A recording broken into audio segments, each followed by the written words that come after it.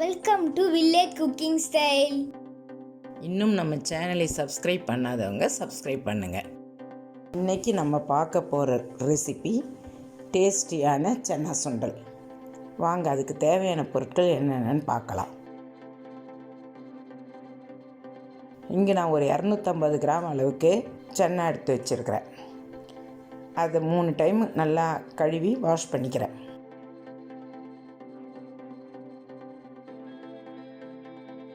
Wash பண்ணிவிட்டு தண்ணி ஊற்றி ஊற வைக்கணும்.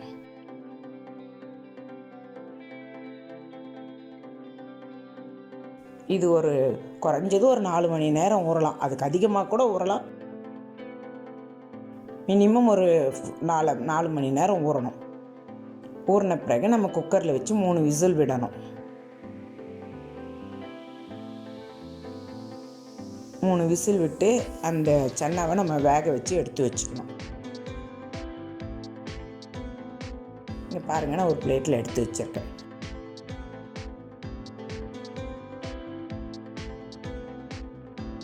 அதுக்கப்புறம் நம்ம அதுக்கு மசாலா ரெடி பண்ணணும் இல்லைங்களா. இங்கே நான் கொஞ்சம் தேங்காய் சின்ன சின்ன பீசஸாக கட் பண்ணி வச்சுருக்கேன்.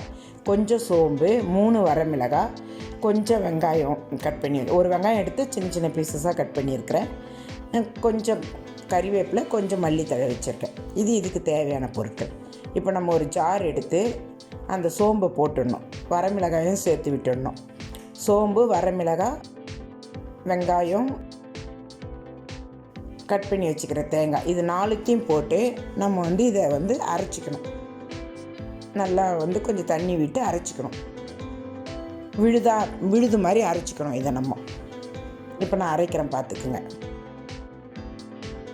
அரைச்சி எடுத்துக்கணும். எடுத்துட்டு நம்ம ஸ்டவ்வில் ஒரு ஃபேன் வச்சு கொஞ்சம் ஆயில் சேர்த்து விட்டுருக்கேன். ஆயில் சூடான உடனே கடுகு போடணும். கடுகு உளுத்தம் பருப்பு சேர்க்குறேன். சேர்த்துட்டு அது பொரிஞ்ச உடனே கறிவேப்பிலை சேர்த்துட்டு நம்ம இந்த அரைச்சி வச்சுக்கிற விழுதை இதில் சேர்க்கணும். இந்த எண்ணெயில் சேர்த்து விடணும். அது எல்லாம் போட்டு அரைச்சோம் இல்லைங்களா. அந்த விழுதை இதில் சேர்த்து நம்ம நல்லா கொஞ்சம் வதக்கி விடணும். அந்த எண்ணெயில் இந்த மசாலா நல்லா வதங்கணும். நம்ம கிளறி விடணும். கொஞ்சம் அடி பிடிக்காமல் கிளறி விடணும். ஏன்னா நம்ம ஆயில் கொஞ்சம் தானே சேர்த்து விட்டுருக்கோம். அதனால் நம்ம கிளறி விட்டால் தான் அடி பிடிக்காமல் இருக்கும். நல்லா கிளறி விட்டு அந்த வெங்காய ஸ்மெல் போகணும், ரா ஃப்ளேவர் போகணும், பச்சை வாசனை போகணும். அதுக்கப்புறம் கொஞ்சம் பெருங்காயப்பொடி அதில் சேர்த்து விடணும். பெருங்காயத்தூள் சேர்க்கணும். சேர்த்து மறுபடியும் கொஞ்சம் கிளறணும். கொஞ்சம் கிளறி விட்டுட்டு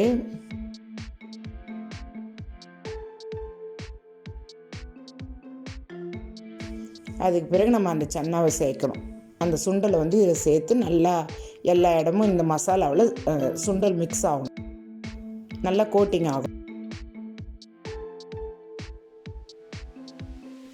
அதுக்கு பிறகு சால்ட்டு சேர்க்கணும். தேவையான அளவு உப்பு அவங்கவுங்க டேஸ்ட்டுக்கு தேவையான அளவு சேர்த்துக்கணும். சால்ட்டு சேர்த்து நம்ம திரும்ப நல்லா கிளறி விடும். நல்லா அந்த மசாலா அந்த சன்னா மேலே கோட்டிங் ஆகணும். நல்லா இது மாதிரி நல்லா கிளறி விட்டு கலரணும். கிளறி மேலே மல்லித்தழை தூவி விடணும்.